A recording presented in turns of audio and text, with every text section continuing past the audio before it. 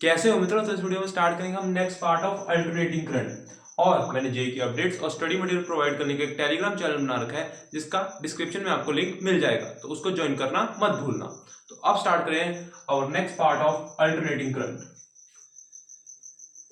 इसका एक क्वेश्चन देख लेते हैं।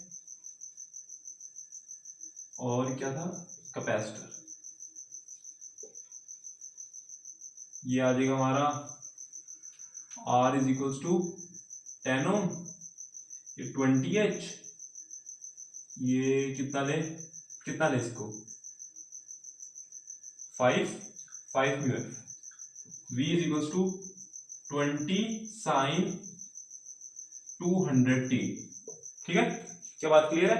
यहां से find Z I not I max V not और क्या ओमेगा F Z तो हो गया पावर फैक्टर।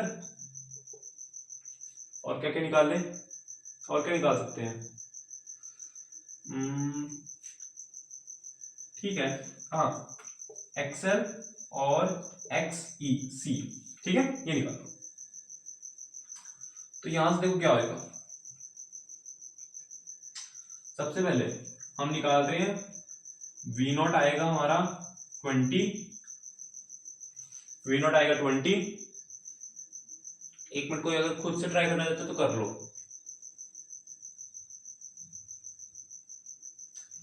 हाँ, मैं कह रहा था V नॉट आएगा 20 और यहाँ पे I नॉट आ जाएगा क्या V नॉट अपॉन Z हमें निकालना पड़ेगा। अच्छा, Z निकालने के पहले XL और XC निकाल देते हैं। XC की वैल्यू आ जाएगी, XC की वैल्यू क्या आएगी 1 अपॉन ओमेगा C। क्या इतनी बात क्लियर है, क्या इतनी बात क्लियर है। यहाँ पे XC आ गया, XL की वैल्यू आ जाएगी ओमेगा L और ओमेगा L आ गया इतना। इसकी वैल्यू आ जाएगी 1 अपॉन ओमेगा कितना है 200 इंटू 5 इंटू 10⁻⁻⁶। इसको पहले सॉल्व कर लेते हैं। ये ऊपर चला जाएगा 10⁻⁶ 1000, ये आ जाएगा 1000, आंसर 1000। एक्सएल आ जाएगा ओमेगा एल 200 इंटू 20 4000। क्या इतनी बात क्लियर है। यहां पे Z की वैल्यू आ जाएगी, देख लो, बात क्लियर है। Z की वैल्यू आ जाएगी XL माइनस XC स्क्वायर है, कोई फर्क नहीं पड़ता कौन सा इधर है कौन सा उधर है, R स्क्वायर। ये आ जाएगा 3000 अंदर, इसको माइनस करने पे square plus R square. R की वैल्यू क्या है 10 का स्क्वायर, ये आ जाएगी 90,000। ठीक है, 90,000। तो यहां से हमारे पास आ जाएगा, ये देखो अप्रोक्सीमेटली निकाल लेते हैं, काम करते हैं। 90,000 के कंपैरिजन में ये बहुत ज्यादा है, तो एक काम कर रहा हूं मैं, इसे लगभग 3 इंटू 300.1 लिख रहा हूं। ठीक है, इतना लिख रहा हूं। ये लगभग है, पॉइंट के बाद वाली हमने थोड़ी सी बस अंदाजे से ली है। ठीक है, ये अप्रोक्सीमेट वैल्यू है। ऑप्शंस को देख के हम आंसर निकाल सकते हैं इस अप्रोक्सीमेशन से। ठीक है, ये एग्जैक्ट नहीं है। ठीक है, यहां पे वापस स्मार्ट गेम चलती है। ठीक है, और Z निकल गया, तो यहां से हमारे पास और क्या आ सकता है। यहां मैं पावर फैक्टर निकाल रहा हूं, पावर फैक्टर आ जाएगा क्या R/Z। R आ जाएगा, R कितना है 10 अपॉन 300.1 300.1 यहां पे हमारे पास इसकी वैल्यू लगभग अच्छा, इसकी भी अप्रोक्सीमेशन वैसे हो सकती है अगर मैं पॉइंट को हटा दूं अप्रोक्सीमेशन, लेकिन इसे एक बार सॉल्व कर लेना। ये 100/301 आ जाएगा। इसे आप सॉल्व करके देख लेना, ये 1 से छोटी वैल्यू ही है इसलिए करेक्ट है। ठीक है, एक बार इसे सॉल्व कर लेना, अगली चीज पे चलते हैं। हाँ, अब देखो चैप्टर मुश्किल नहीं है, बस यहाँ पे लोग फंसते हैं तो कैलकुलेशंस भी ज्यादा फंसते हैं, बाकी इतना मुश्किल चैप्टर नहीं है ये। अच्छा, मैं कह रहा था कि अब पावर फैक्टर निकल गया 100/3001। ये कैलकुलेशन आप एक बार कर लेना। अच्छा, अब ओमेगा है 200, एफ आ जाएगा 200/2 100/पाई, ये आ जाएगी वैल्यू। ठीक है, और क्या बचा है?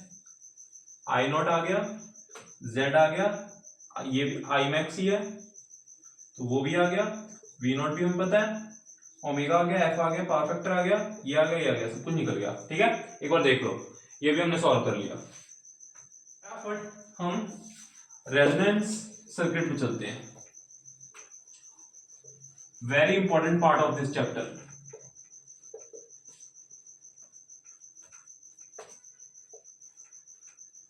रेजोनेंस सर्किट,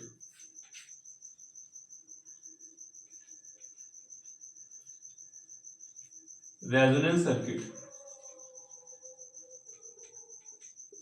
ठीक है, हमारा ग्राफ आरएलसी सर्किट का कैसा बनता है? ऐसा,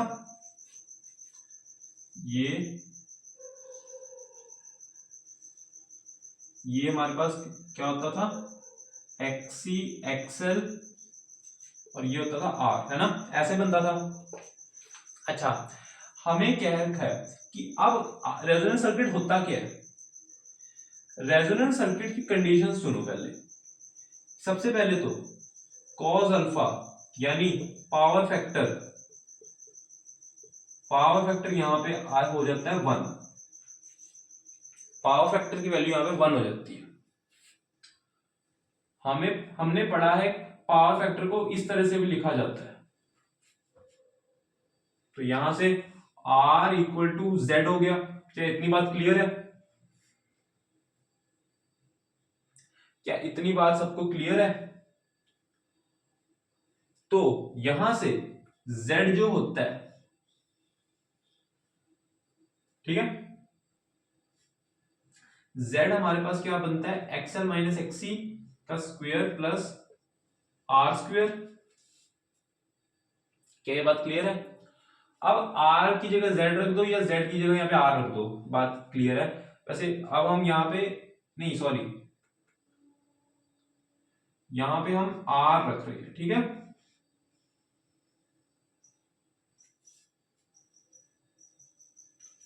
R²। हाँ, मैं कह रहा था कि Z की जगह R रख दो या R की जगह Z रख दो। XL - XC का स्क्वायर, और यहां पे स्क्वेयरिंग करने के बाद XL - XC = 0 आ रहा है, XL की वैल्यू आ रही है XC के बराबर। क्या इतनी बात क्लियर है? सबसे पहली कंडीशन तो यही है। इसको सॉल्व करेंगे, वैल्यूज इसकी लिखेंगे ω/ωc, ये आ जाएगी ω² = 1 ओमेगा की वैल्यू आ रही है √LC, 1/√LC, और F की वैल्यू आ रही है 1/2π√LC। ये देख लो एक बार। अब ये भी बात कही, अब ये हमारे पास XL = XC है। अब हमें पता है ये वेक्टर्स होते हैं, तो इन दोनों ने एक दूसरे को कैंसिल कर दिया, ये दोनों इक्वल है, इन दोनों ने एक दूसरे को कैंसिल कर दिया, क्योंकि एक स्ट्रेट लाइन में है, अलग अलग डायरेक्शन में है, और इनकी अगर मैग्नीट्यूड सेम है तो एक दूसरे को कैंसिल कर देंगे। तो हमारे पास सिर्फ इतना ग्राफ रह गया, है ना, सिर्फ ये रह गया। तो यहां से कंक्लूजन निकला, रेजोनेंस सर्किट वाली कंडीशन में RLC circuit behaves as purely resistive circuit.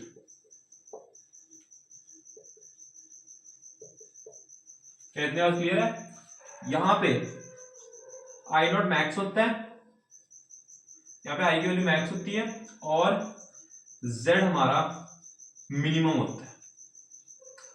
आई की वैल्यू मैक्सिमम होती है और जेड हमारा मिनिमम होता है। आई की वैल्यू मैक्सिमम होती है, जेड मिनिमम होता है, और ये हमारी होती है रेजोनेंट फ्रीक्वेंसी। रेजोनेंट फ्रीक्वेंसी इसे हम बुलाते हैं रेजोनेंट फ्रीक्वेंसी। क्या इतनी बात क्लियर है?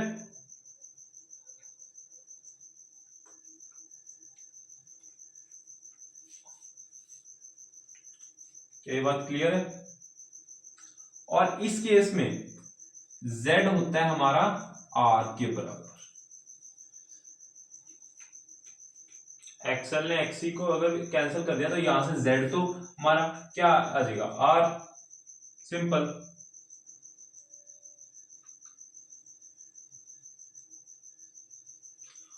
और सुनो, यहां पे एक बार नोट कर लो एक बार से, यहां पे देखो, यहां पे एक ग्राफ है,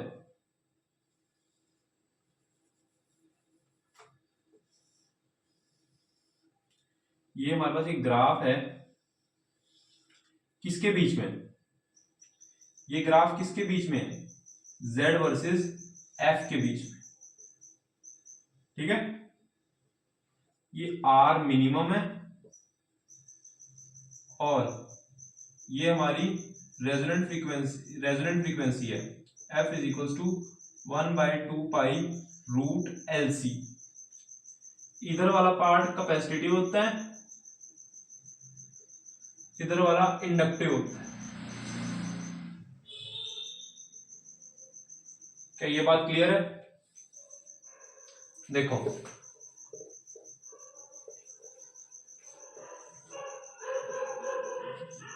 हमने अभी देखा कि Z वर्सेस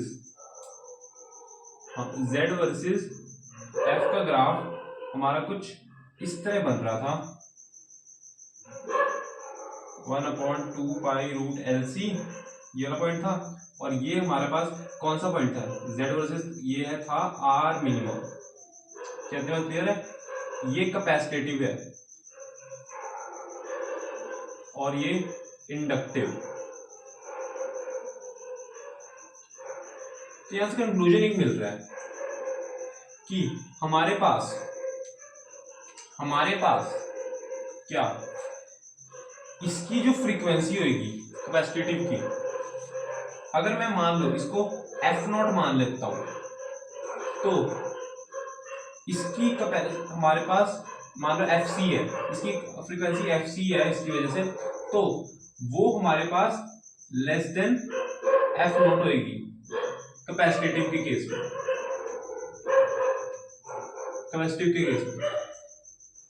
ठीक है। और इसकी FL मान लेते हैं, इसकी वजह से FL is greater then F0 है इंडक्टिव में। तो ये बात क्लियर है? तो यहां से कंक्लूजन मिल रहा है, यहां तो एक पॉइंट के लिए XL is greater then XC होगा।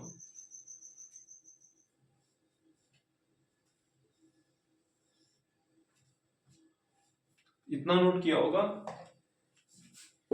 और एक और चीज, ये हमारे पास एक ग्राफ है, ठीक है, ये हमारे पास एक ग्राफ है किसका? I वर्सेस F का। ये कुछ ऐसा होता है, ठीक है, ये कुछ ऐसा होता है। ये एफ नॉट है या आई मैक्सिमम होएगा और ये होता है आई मैक्सिमम अपॉन √2। ये F1 है, ये F2 है। क्या इतनी बात क्लियर है? इसको हम बुलाते हैं बैंडविड्थ।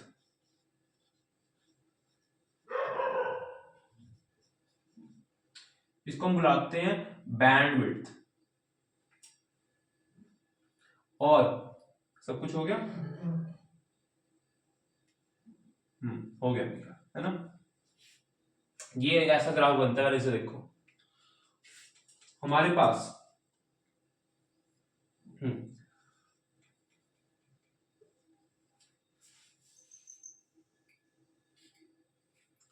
हमारे पास क्वालिटी फैक्टर जो होता है वो क्या होता है?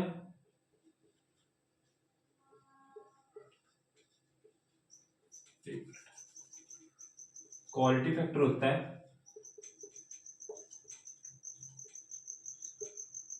F naught upon delta F. ये बैंडविड्थ होती है delta F.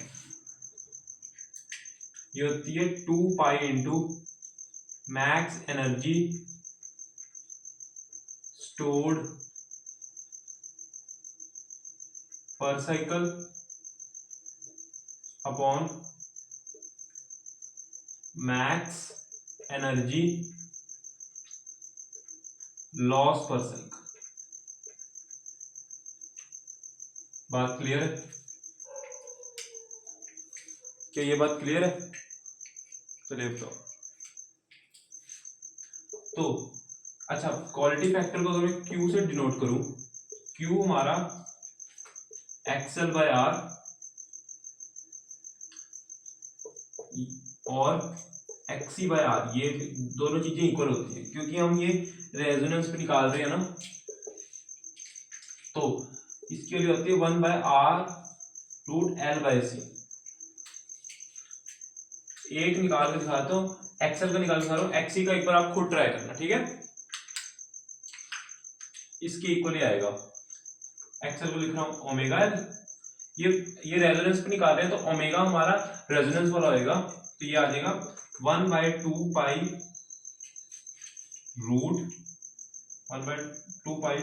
Root LC। Clear है? तो यहां से सॉरी, ये तो एफ की वैल्यू लिख रहा हूं, 1/√LC आएगा हमारे पास। तो यहां से आ जाएगा 1/R√LC। ठीक है? ओमेगा एल, ओमेगा में मैंने 1/√LC डाला क्योंकि ये हमारा कौन सा वाला है? ओमेगा नॉट, यानी रेजोनेंस फ्रीक्वेंसी वाला ओमेगा है। यहां से आ गया। ये जो मैंने गलती कर दी थी एकदम से, एफ ओमेगा की जगह मैंने हम एफ की वैल्यू डाल दी थी, कि आपसे दोस्ती एक बार इसे ध्यान रखना, ठीक है? ओमेगा 1/√LC होता है और एफ 1/2 पाई √LC होता है, ठीक है? ये होता है। देखो यहां पे जैसे क्वालिटी फैक्टर जैसे जैसे बढ़ेगा रेजिस्टेंस कम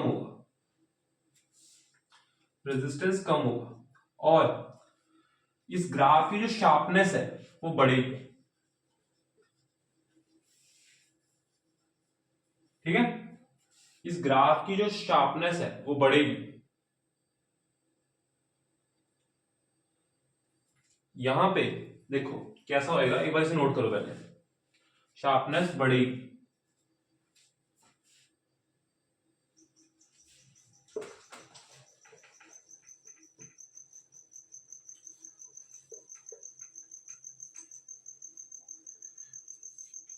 ये कुछ ऐसा होएगा। देखो मान लो एक बार ऐसे बन रहा है और शार्पनेस बढ़ने पे कुछ ऐसा होएगा, इसकी चोंच टाइप होएगी, ये बढ़ेगी, ठीक है? ऐसा होएगा। अब हम देखने वाले हैं power in RLC circuit. Power in RLC circuit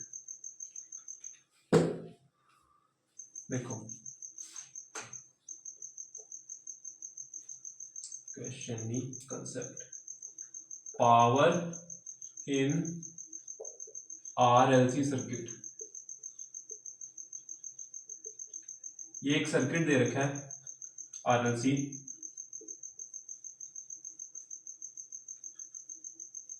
अगर Z हमारे पास जो अल्फा एंगल बन रहा है इसके Z का और V का है ना,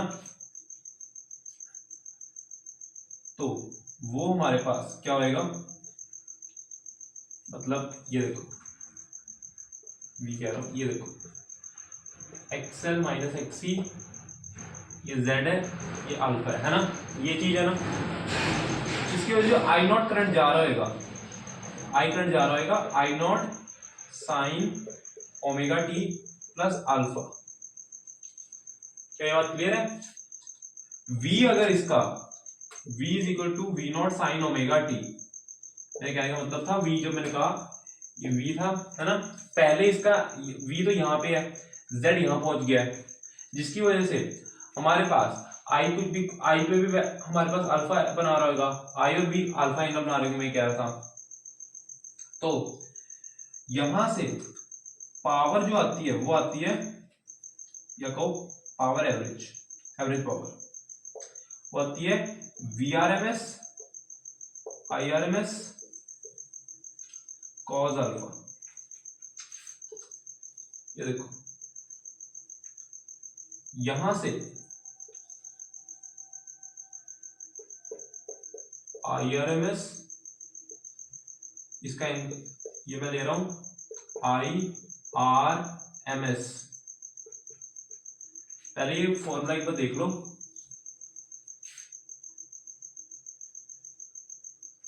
साइन अल्फा। क्या ये बात क्लियर है? IRMS साइन अल्फा और ये होता है IRMS कॉस अल्फा, और इसे हम वॉटलेस करंट भी बुलाते हैं, वॉटलेस करंट, ये भी इंपॉर्टेंट चीज है। वॉटलेस करंट इक्वल टू होता है IRMS साइन अल्फा।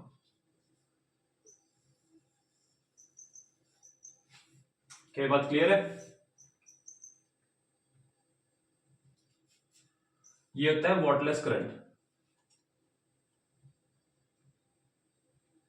अच्छा, ये जो कॉस अल्फा है ये हमारा पावर फैक्टर ही है, पावर फैक्टर, ठीक है, ये पावर फैक्टर ही है।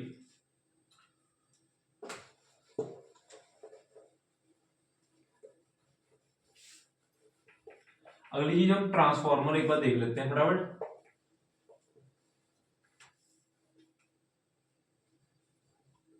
देखो ट्रांसफॉर्मर को एक बार देख लेते हैं।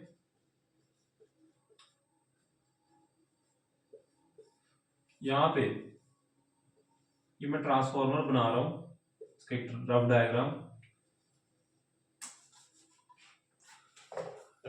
कुछ ज्यादा ही रफ हो गया।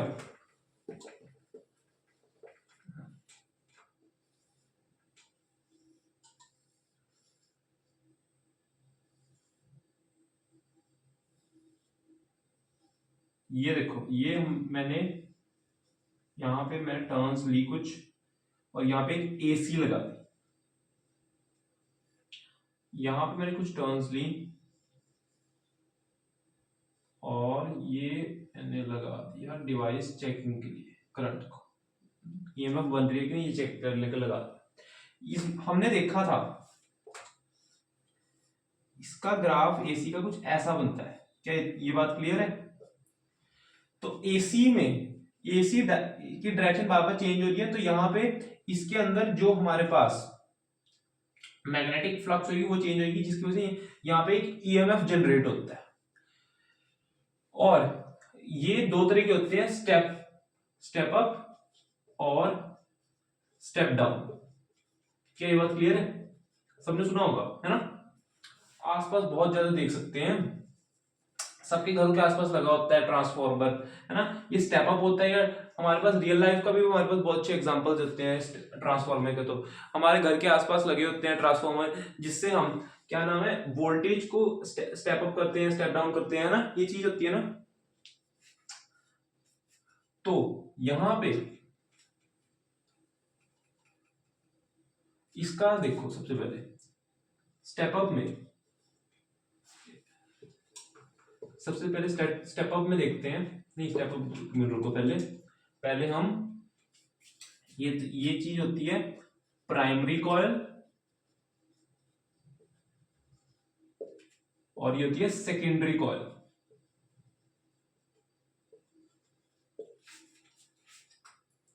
प्राइमरी कॉइल में हमारे पास फाई की वैल्यू क्या होगी, फाई पी। अगर मान लो मैं इसमें number of turns N P मान रहा हूं, मैं इसमें नंबर ऑफ टर्न्स कितनी मान रहा हूं, इसमें मैं नंबर ऑफ टर्न्स मान रहा हूं एन पी, तो ये हो जाएगी एन पी फाइव, ठीक है, एन पी फाइव, ये इसकी टोटल फाइव है, ठीक है, फाइव पी हो गया एन पी फाइव, और सेकेंडरी कॉइल हो गया ये एन एस फाइव एस, इसकी भी फाइव पी ले लेते हैं, ये फ्लक्स है। Secondary coil five S equal to N S five, differentiation कर रहा हूं, ये आ जाएगी क्या, D five P upon D T, इस तरफ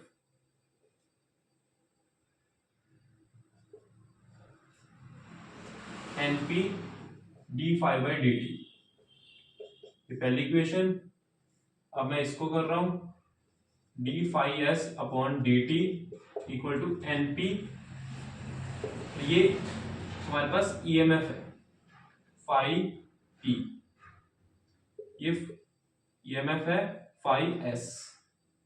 अब कोई वी लिखना चाहे तो वी भी लिख सकते, कोई दिक्कत नहीं, बात नहीं, कई जगह आप लोग वी लिखोगे तो कंफ्यूज मत होना, ई लिख दिया मैंने, कोई दिक्कत नहीं बात, ठीक है, डी फाइव है डी टी। कहते हैं क्लियर है, इसका रेशियो लेते हैं, ये वाली चीज का, इसका और ये वाला, इस वाली चीज को हटा दो बीच में से, ये हो जाएगा five P upon five S, ये एन एस है, N P upon N S,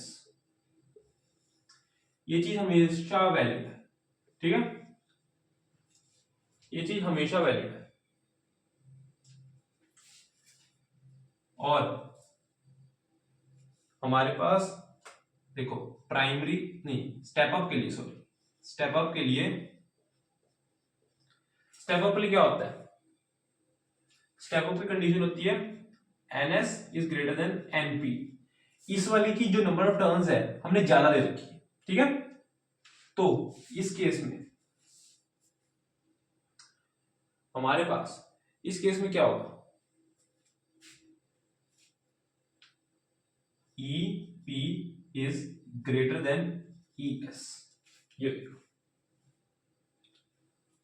sorry, EP is greater, EP तो कम होएगा ना, हाँ ठीक है, इसको मैं सेम ऑर्डर लेता हूं, सेम चीज लिखने जा रहा हूं मैं, E S is greater than EP,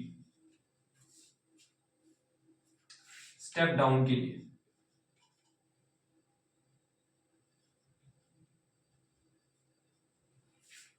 step down के लिए क्या होएगा, देखो NP is greater than NS, ठीक है, तो यहां से ES is less than EP, और 100% एफिशिएंसी वाले में, यानी आइडल ट्रांसफार्मर में ये चीज वैलिड होती है, EP upon ES, NP upon NS, और आईएस अपॉन आईपी, करंट, देखो N is directly proportional to V, यानी ई, सॉरी कुछ भी लिख लो, ई या वी, बात एक ही ईएमएफ की बात हो रही है, ठीक है। ये चीज होती है, ये 100% एफिशिएंसी वाली यानी आइडल ट्रांसफार्मर में ये चीज वैलिड होती है। ये बात क्लियर है? देखो एक बार,